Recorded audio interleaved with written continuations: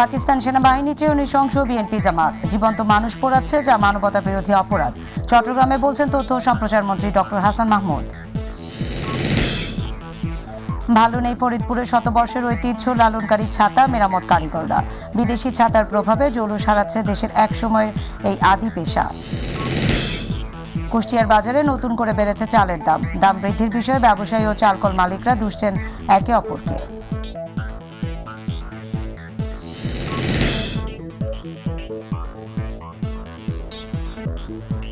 আসসালামু আলাইকুম দর্শক, মাই টিভি জেলা সংবাদে আপনাদের সবাইকে আমন্ত্রণ জানাচ্ছি আমি নাদিয়া আলম। এতক্ষণ শুনছিলেন শিরোনাম, চলে যাব বিস্তারিত সংবাদে। তথ্য ও সম্প্রচার মন্ত্রী ডক্টর হাসান মাহমুদ এমপি বলেছেন, বিএনপি জামাত যেভাবে গাড়িতে, ট্রেনে, স্কুলে আগুন দিচ্ছে, জীবন্ত মানুষ পোড়াচ্ছে, এটি মানবতা বিরোধী অপরাধ। পাকিস্তানি সেনাবাহিনী জীবন্ত মানুষ পোড়ায়নি, কিন্তু বিএনপি জামাত তা করছে। এরা পাকিস্তানি সেনাবাহিনী চেয়েও নৃশংস এবং বিভৎস ঘটনা দেখাচ্ছে। চট্টগ্রাম প্রেস ক্লাব বঙ্গবন্ধু হলে চাটগাঁয় সংবাদ পত্রিকা 11 বছর পেরিয়ে এক যুগে পদার্পণ উপলক্ষে আয়োজিত অনুষ্ঠানে প্রধান অতিথির বক্তব্যে এসব কথা বলেন তিনি আরও বলেন, ফিলিস্তিনের নারী শিশু হত্যার বিরুদ্ধে ইসরায়েলকে মদতদাতা রাগ করবে বলে যারা প্রতিবাদ করে না, ইসরায়েলের পক্ষ নেয় আর দেশের মানুষের উপর আগুন সন্ত্রাস চালায়, তাদের জনপ্রিয়তা কোথাও যাচাই করুন। ইসরায়েলের এই বর্বরতার প্রতিবাদ জানাচ্ছে, সেখানে বিএনপি জামাত জানায় নাই, আজ পর্যন্ত একটি কথা বলে নাই। এরা শুধু ইসলামের শত্রু নয়, এরা মানবতার শত্রু। এই বিএনপি জামাত মানবতার শত্রু এবং ইসরায়েলের পক্ষ নিয়ে তারা মুসলমানদের শত্রুতে রূপান্তরিত হয়েছে। তারা যেভাবে গাড়ি ঘোড়ায় আগুন দিচ্ছে, এটি মানবতা বিরোধী অপরাধ। সাতক্ষীরার ট্রাক প্রাইভেট কারের মুখোমুখি সংঘর্ষে 2 ভারতীয় নাগরিকের মৃত্যু হয়েছে। সাতক্ষীরা মিল বাজার এলাকায় বিজিবির হেডকোয়ার্টারের সামনে এই দুর্ঘটনা ঘটে। নিহতরা হলেন ভারতের শিলিগুড়ি এলাকার অসীম কুমার বিশ্বাস এবং তার স্ত্রী ছাবি বিশ্বাস। এ ঘটনায় গুরুতর আহত হয়েছেন প্রাইভেট কারটির চালক রফিকুল ইসলাম সজীব। স্থানীয়রা জানায়, প্রাইভেট কারটি 2 জন যাত্রী ভারতীয় নাগরিক নিয়ে খুলনা হতে সাতক্ষীরার দিকে আসছিল। পথে সাতক্ষীরা বিজিবি হেডকোয়ার্টারের সামনে পৌঁছলে বিপরীত দিক দিয়ে আসা খুলনাগামী একটি ট্রাকের সাথে মুখোমুখি সংঘর্ষ হয়। এতে প্রাইভেট কারটি দুমড়ে মুচড়ে যায় এবং ঘটনাস্থলেই 2 যাত্রী ভারতীয় নাগরিক মারা যায়। গুরুতর আহত অবস্থায় চালককে উদ্ধার করে সাতক্ষীরা সদর হাসপাতালে ভর্তি করা হয়েছে।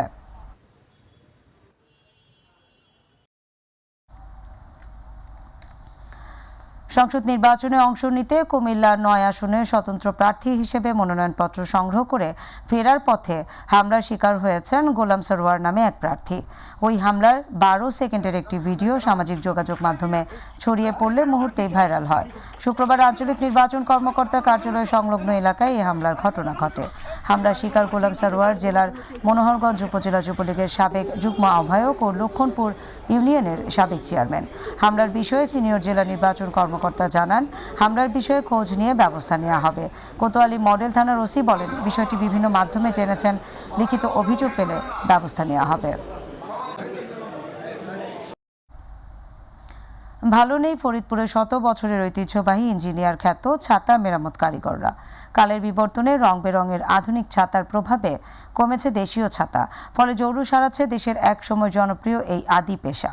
প্রতিনিধি শফিকুল ইসলাম জনির রিপোর্ট। ৭৯ বছর বয়সী বৃদ্ধ আব্দুল হালিম ৪৫ বছর ধরে করে আসছেন ছাতা মেরামতের কাজ। একসময় দেশ ছেড়ে বিদেশের মাটিতেও ছাতা মেরামতে বেশ কদর ছিল তার।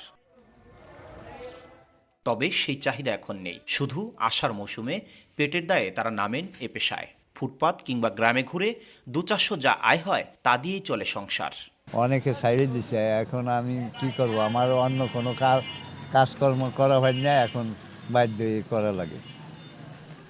সরকার যদি কিছু অবদান দিত তাহলে আমরা একটু বাইচে থাকতে পারতাম।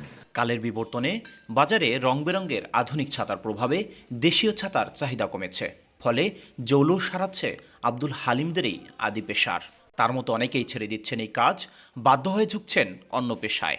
এর লেগে ইন্ডিয়া গেছি, বিনে পাসপোর্টে গেছি, খুব রিক্সে যাতায়াত করছি, খুব কষ্ট করে ছাতার কাজ করে ছেলে মেয়েরে খাওয়াইছি, পড়াইছি। আমরা বিভিন্ন জায়গায় গেতাম, ছাতার কাজ করতাম, অন্য অন্য ব্যবসা করতাম। ইতিহাস বলছে ছাতা সেলাইয়ের ইঞ্জিনিয়ার খ্যাত ফরিদপুর জেলা একসময় শিক্ষা ও কর্মসংস্থানের দিক দিয়ে পিছিয়ে ছিল, যার ফলে অনেকেই করতেন ছাতা মেরামতের কাজ, আবার কেউ কেউ শখের বশেও করতেন এ কাজ। আগে একটা বাংলা ছাতা একটু দাম বেশি পড়তো, বারবার মানুষ মেরামত করতো, এখন আর ওইগুলাই কেউ ব্যবহারে যায় না, অন টাইম ছাতা কিনে ব্যবহার করে ফেলাই দেয়। বাপ চাচারা সেই ছাতার কাজ করতো ভারতে গিয়ে, পরে আমরা শখের বিষয়ে ওখানে গিয়েছি, যার পর আমরাও কাজ করছি এবং ভালো লাগছে, এই জন্য আমরা ওখানে কাজে খুব লিপ্ত ছিলাম। একাল সেকালের পালা বদলে গেছে গ্রাহকের চাহিদাও। ছাতা সারিয়ে নেওয়ার চেয়ে নতুন ছাতা কেনাতেই আগ্রহ বেশি সবার, তাই আয় কমেছে মেরামতকারীদের, টানাপোড়েনে আব্দুল হালিমদের সংসার। নগরকান্দার মানুষ এখন আমাদের অনেক উপজেলার সাথে চ্যালেঞ্জ করে আমরা সব দিকে এগিয়ে চলছি। আমাদের উন্নয়নের ধারা অব্যাহত হচ্ছে, আমরা দ্রুত গতিতে আমরা আরও উন্নয়ন দিকে ধাবিত হব ইনশাল্লাহ। শফিকুল ইসলাম জনি, মাই টিভি, ফরিদপুর। পাকা সড়কে চরম বেহাল দশায় দুর্ভোগ পোহাচ্ছেন মাগুরার মোহাম্মদপুর উপজেলার কয়েক হাজার মানুষ। হাজারো খানাখন্দে সে পথে চলাই এখন দায়। বৃষ্টিতে আশীর্বাদের বদলে অভিশাপ হয়ে দেখা দেয় সড়কটি। দ্রুতই সড়কটি মেরামতের আশ্বাস দিয়েছেন কর্তৃপক্ষ। প্রতিনিধি আশরাফুল আলম সাগরের রিপোর্ট। মাগুরায় মোহাম্মদপুর উপজেলায় রাজাপুর থেকে নিত্যানন্দপুর গ্রামের ব্রিজ পর্যন্ত সড়কটিতে বিভিন্ন স্থানে ইট উঠে গিয়ে খানাখন্দ ও গর্তের সৃষ্টি হয়েছে। এতে চরম দুর্ভোগ পোহাতে হচ্ছে কয়েক হাজার মানুষের। সবচেয়ে বেশি ভোগান্তি পোহাতে হচ্ছে স্কুল কলেজ পড়ুয়া, শিক্ষার্থী সহ রোগীদের। পাকা রাস্তা হলেও সংস্কারের অভাবে এটি কার্যত কাঁচা রাস্তায় পরিণত হয়েছে, ফলে দুর্ঘটনা এখানে নিত্যদিনের ঘটনা হয়ে দাঁড়িয়েছে। আমাদের এই রাস্তা চলাফেরা খুবই কষ্ট হয়ে যায়, ভ্যান নিয়ে আসতে পারিনি। এই রোডটা অনেকদিন যাবতীয় অবস্থা আছে, তো আমাদের চলতে খুবই সমস্যা। আমরা স্কুলে যাওয়ার সময় ওষুধ খেয়ে পড়ে যায়, হাত পা কেটে যায়, ওষুধ খেয়ে স্যান্ডেল ছিঁড়ে যায়। রাস্তা করে দেওয়ার অনেক প্রতিশ্রুতি পেলেও বছরের পর বছর পার হওয়ার পরও কেউ প্রতিশ্রুতি রক্ষা করেনি বলে জানান এলাকাবাসী। দ্রুত সড়কটি নতুন করে নির্মাণ করার দাবি জানান তারা। আমাদের এখানের এই রাস্তাটা অতি গুরুত্বপূর্ণ রাস্তা। যে আসে সেই বলে যে আমরা করে দিচ্ছি, কিন্তু কতজন তো আসলো আর গেল, কেউ তো করে দিল না। বাচ্চা কাচ্চা অনেক সময় আসার খেয়ে পড়ে যায়। এ ব্যাপারে স্থানীয় সরকার প্রকৌশল অধিদপ্তরের নির্বাহী প্রকৌশলী জানান, রাস্তাটি প্রকল্প অন্তর্ভুক্ত করা হয়েছে, দ্রুত রাস্তাটির কাজ শুরু করা হবে বলে আশা প্রকাশ করেন তিনি। তো এটা অনুমোদন যেহেতু একনিক কর্তৃক হয়েছে, তো অতি দ্রুত সময় প্রকল্প পরিচালক হতে আমরা এটা নির্দেশনা পাবো রাস্তাটি উন্নয়নের জন্য। নির্দেশনা পাওয়া মাত্র আমরা সরেজমিন পরিদর্শন করে প্ল্যাটফর্ম প্রস্তুত করে উন্নয়নের যাবতীয় ব্যবস্থা গ্রহণ করব। দীর্ঘদিন সড়কটি সংস্কার না হওয়ায় এলাকাবাসীর চরম ভোগান্তি পোহাতে হচ্ছে। হাজার হাজার মানুষের দুর্ভোগ লাঘবে ইটের রাস্তার পরিবর্তে পিচ ঢালাই রাস্তার উন্নতিকরণের দাবি জানিয়েছেন স্থানীয়রা। আশরাফুল আলম সাগর, মাই টিভি, মাগুরা। এবার আমাদের কৃষি।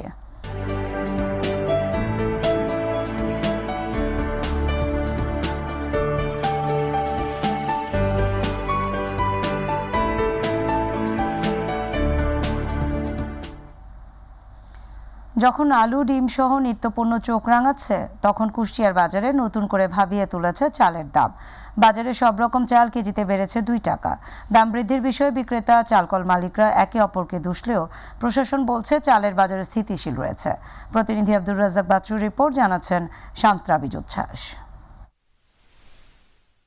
এমনিতেই সব ধরনের নিত্যপণ্যের দাম চড়া, তার উপর নতুন করে দাম বৃদ্ধির তালিকায় যুক্ত হয়েছে চাল। গত এক সপ্তাহ ধরে কুষ্টিয়ার বাজারে সব ধরনের চালে কেজি প্রতি বেড়েছে 2 থেকে 3 টাকা করে। চালের দাম বৃদ্ধিতে অস্বস্তিতে ভোক্তারা, যদিও নতুন করে চালের দাম বৃদ্ধির অযৌক্তিক কারণও দেখাচ্ছেন তারা। চালের বাজার নিয়ন্ত্রণে প্রশাসনের কঠোর বাজার মনিটরিং এর দাবি তাদের। চালের দাম বাড়ি গেছে, এদিকে আমার ইনকাম তো খুব কম, দিনকে দিন বাড়তে থাকলে পারে আমরা কিভাবে চলবো? সরকার যদি এরকম চালের দাম বাড়াতে থাকে তাহলে তো আমরা খেয়ে পরে বাঁচতে পারবো না। চালের দামটা কমলে বাজার নিয়ন্ত্রণ থাকলে পারে আমরা একটু বাঁচি। যখন আমন ধান কাটা শুরু হচ্ছে, তখন কেন বাড়ছে চালের দাম? নতুন করে চালের দাম বৃদ্ধিতে মিশ্র প্রতিক্রিয়া দেখা গেছে খুচরা বিক্রেতা ও মিলারদের। খুচরা বিক্রেতারা বলছে ধানের দাম বৃদ্ধির অজুহাতে দাম বাড়িয়েছেন তারা। 15 দিন মতো হলো কম বেশি। মিনিকেট চাল কেজি প্রতি 2 থেকে 3 টাকা বাড়ছে, আর সবচেয়ে বেশি বাড়ছে বাসমতি চালের দাম। বড় বড় মিলাররা এই ধানগুলো এক হাতে রেখে এরা একটা সিন্ডিকেট তৈরি করে। এই বাড়তির কারণে আমরা চাল বিক্রি করে কোনো সুবিধা পাইতেছি না। চাউলের বাজার এখনো যথেষ্ট সহনীয় পর্যায়ে রয়েছে। কোনো খুচরা ব্যবসায়িক হয়তো তারা এই ধানের দাম কিছুটা বাড়তি এই সংবাদ শুনে তারা অগ্রিমভাবে কিছু বেশি দিতে পারে, কিন্তু মিল পর্যায়ে এখনো দামের কোনো পরিবর্তন হয়নি। জেলা প্রশাসক বলছে এখন পর্যন্ত চালের বাজার স্থিতিশীল রয়েছে, তবে যদি কেউ অবৈধভাবে চাল মজুত করে বাজারে প্রভাব ফেলার চেষ্টা করে তার বিরুদ্ধে কঠোর আইনগত ব্যবস্থা নেওয়া হবে। অবৈধ মজুত রয়েছে কিনা সে বিষয়ে একটি প্রতিবেদন দেওয়ার জন্য আমি জেলা খাদ্য কর্মকর্তাকে পরামর্শ দিয়েছি। সে অচিরেই আমাকে একটা প্রতিবেদন দিবে।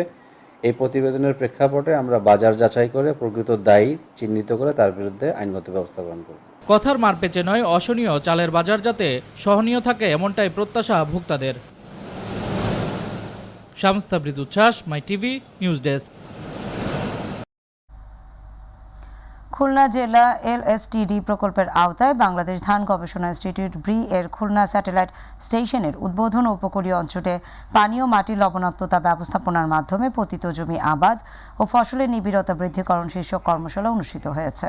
খুলনা নগরী CSS আফো সেন্টারে এই কর্মশালার আনুষ্ঠানিকভাবে উদ্বোধন করেন কৃষি মন্ত্রণালয়ের সচিব ওয়াহিদা আক্তার। এ সময় BADC chairman Abdullah Sajjad, DA মহাপরিচালক বাদল চন্দ্র বিশ্বাস উপস্থিত ছিলেন।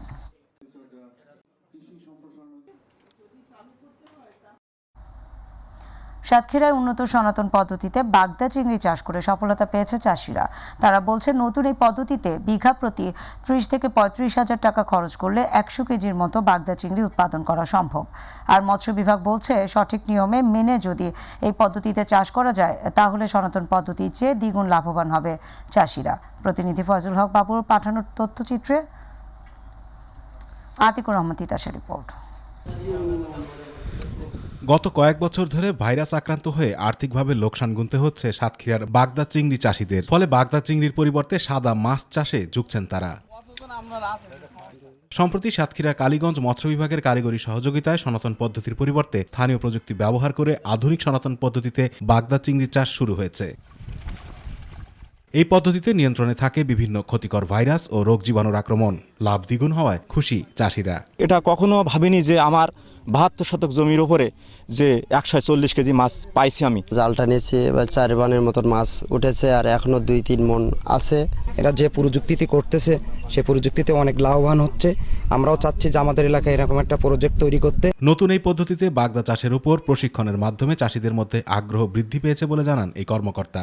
যারা বাগদা চিংড়ি চাষি আছেন তারা এই প্রজেক্টের নিয়ম কানুন মেনে চাষাবাদের জন্য অনেক আগ্রহী হয়েছেন এবং আগামীতে আমাদের এই চিংড়ি চাষের সফলতা আনার জন্য চিংড়ি চাষিরা যেভাবে উদ্বুদ্ধ হয়েছে আশা করছি বাংলাদেশের চিংড়ি চাষ আরও সামনের দিকে এগিয়ে যাবে। এদিকে কৃষি বিভাগ বলছে পরিকল্পিতভাবে নতুন এই পদ্ধতিতে বাগদা চিংড়ি চাষ করতে পারলে দেশের বেকার সমস্যা দূর হওয়ার পাশাপাশি অর্থনীতিতে যোগ হবে নতুন মাত্রা। প্রায় 2,72,000 হেক্টর কিন্তু আমাদের এলাকা রয়েছে। সুতরাং এই সম্পূর্ণ এলাকা যদি আমরা পরিকল্পিতভাবে ব্যবহার করতে পারি তাহলে আমাদের দেশের অর্থনৈতিক চিত্র নতুন করে আমরা লিখতে পারবো এবং আমরা স্বাবলম্বী হতে পারবো, বেকারত্ব দূর হবে। আতিকুর রহমান তিতাস, মাই টিভি। নারায়ণগঞ্জের সোনারগাঁয়ে আনন্দঘন পরিবেশে গ্রিস্টার পাতাবাহার কনফিডেন্স গ্রুপের ডিপো ডিলার এবং কোম্পানি প্রতিনিধিদের উপস্থিতিতে নতুন পণ্যের মোড়ক উন্মোচন করা হয়েছে। এ সময় বিক্রেতা ও গ্রাহকদের জন্য নতুন পণ্যের সংযোজন সহ কুপন কার্ড পেয়ে আনন্দিত ডিপো ডিলার এবং প্রতিনিধিরা। এদিকে ভেজাল খাদ্যের বিরুদ্ধে জিহাদ ঘোষণা দিয়েছেন প্রতিষ্ঠানটির কর্ণধার এবং ব্যবস্থাপনা পরিচালক হোসাইন মজুমদার। প্রতিনিধি আব্দুল্লাহ আল মামুনের রিপোর্ট, জানাচ্ছেন জোবায়ের রহমান। দেশের জনপ্রিয় প্রতিষ্ঠান গ্রিস্টার পাতাবাহার কনফিডেন্স গ্রুপের এই মিলন মেলা। এখানে অংশগ্রহণ করেছেন প্রতিষ্ঠানটির মাঠ পর্যায়ের ডিলার ও প্রতিনিধিরা, ছিলেন আমন্ত্রিত অতিথিরাও। নির্ভেজাল পণ্য বা খাদ্য বাজারজাত করার স্বপ্ন বাস্তবায়নে প্রতিষ্ঠানটির ইতোমধ্যে ভোক্তাদের দ্বারপ্রান্তে পৌঁছে দিয়েছে ভেজালমুক্ত পণ্য। এবার বাজারে নতুন পণ্য হিসেবে এসেছে তুলসী পাতা মশার কয়েল, মধু, বল সাবান ও ডিটারজেন্ট পাউডার। অনুষ্ঠান থেকে জানানো হয় এখন থেকে এসব নির্ভেজাল পণ্য ক্রেতারা পাবেন বাজারে।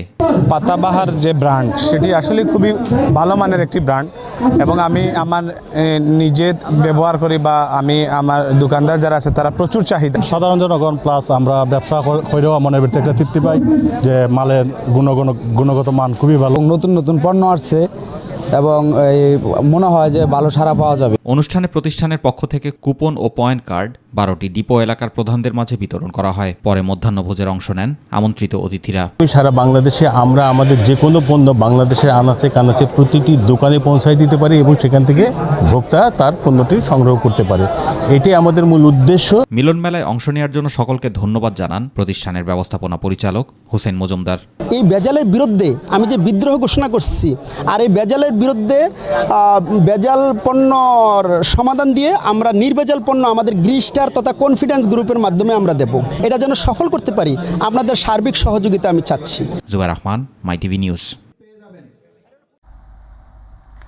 বরিশালের গৌরনদী উপজেলার মাহিলারা ইউনিয়নে 1076টি পরিবারের মাঝে টিসিবির পণ্য বিতরণ করা হয়েছে। গতকাল ইউনিয়ন পরিষদ কার্যালয়ে পণ্য বিতরণের উদ্বোধন করেন উপজেলা আওয়ামী লীগের যুগ্ম সম্পাদক ও ইউপি চেয়ারম্যান সৈয়দ গুহ পিকলু। এ সময় অন্যান্যের মধ্যে উপস্থিত ছিলেন ইউপি সচিব সৌরভ ভট্টাচার্য, আওয়ামী লীগ নেতা আবুল হোসেন মোল্লা সহ অন্যান্যরা।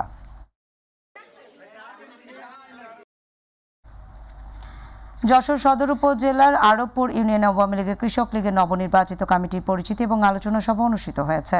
গতকাল স্থানীয় বড় ভেকুটিয়া বাজারে আয়োজিত পরিচিতি এবং আলোচনা সভায় ইউনিয়ন কৃষক লীগের সভাপতি আব্দুল মান্নানের সভাপতিত্বে প্রধান অতিথি ছিলেন সদর উপজেলা কৃষক লীগের সভাপতি সিরাজুল ইসলাম। বিশেষ অতিথি ছিলেন সহ সভাপতি কমল চক্রবর্তী, সাধারণ সম্পাদক মোশাররফ হোসেন, সাংগঠনিক সম্পাদক তুরাব হোসেন।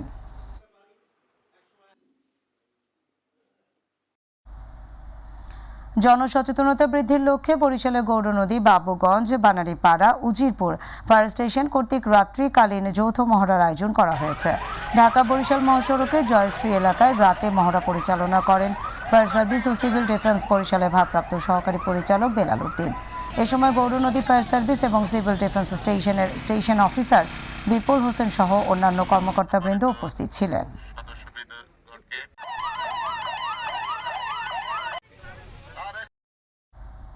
কুষ্টিয়া সদর উপজেলার কুমারগাড়া পূর্বপাড়া চন্দ্র ডাক্তার সড়কের উদ্বোধন করা হয়েছে। উদ্বোধন অনুষ্ঠানে উপস্থিত ছিলেন কুষ্টিয়া উপজেলা চেয়ারম্যান আতাউর রহমান আতা। উদ্বোধন অনুষ্ঠানে আরও উপস্থিত ছিলেন কাউন্সিলর এজাজুল হাকিম, মহিলা কাউন্সিলর পারভিন আক্তার, জেলা শ্রমিক লীগের সহ সভাপতি মোহাম্মদ জিল্লুর রহমান সহ অনেকে। উদ্বোধন অনুষ্ঠান শেষে এলাকাবাসীর মধ্যে তবরক বিতরণ করা হয়।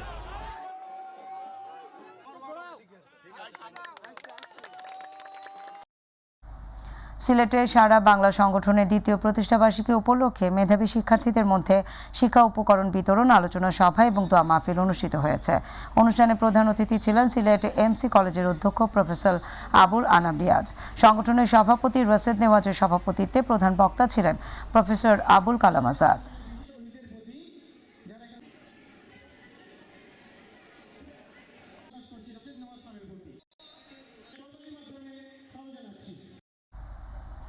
ঢাকার ধামরাইয়ে সোমবাগ ইউনিয়ন পরিষদে আয়োজিত বঙ্গবন্ধু গোল্ড কাপ ফুটবল টুর্নামেন্টের ফাইনাল খেলা অনুষ্ঠিত হয়েছে। ফাইনাল টুর্নামেন্টে অংশ নেয় 4 নং ওয়ার্ড এবং 2 নং ওয়ার্ড। ট্রাইব্রেকারে 4-2 গোলে হারিয়ে চ্যাম্পিয়ন হয় 2 নং ওয়ার্ড। নির্ধারিত সময়ের খেলা 1-1 গোলে ড্র হয়। এই সময় সোমবাগ ইউনিয়ন পরিষদ চেয়ারম্যান প্রভাষক আওলাদ হোসেনের সভাপতিত্বে প্রধান অতিথি ছিলেন স্থানীয় সংসদ সদস্য বেনজির আহমেদ। বিশেষ অতিথি ছিলেন পৌর মেয়র গোলাম কবির মোল্লা সহ আরও অনেকে।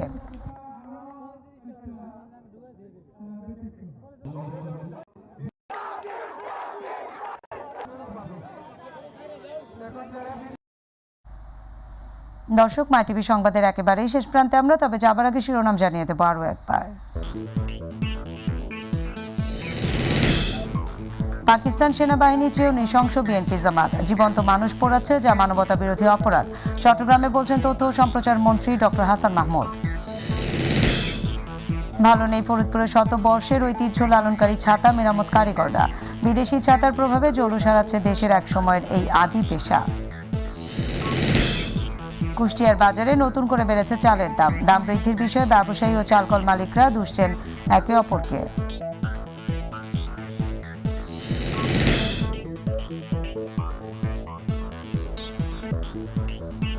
দর্শক, সাথে থাকার জন্য ধন্যবাদ। এছাড়া ইউটিউবে মাই টিভি সংবাদ পেতে ভিজিট করুন youtube/mytvbd নিউজ এবং আমাদের সকল অনুষ্ঠান দেখতে ভিজিট করুন youtube/mytvbangla ও facebook/mytvbangla। আমাদের পরবর্তী সংবাদ বেলা 12টা 30 মিনিটে দেখার আমন্ত্রণ জানিয়ে বিদায় নিচ্ছি আমি নাদিয়া আলম। আল্লাহ হাফেজ।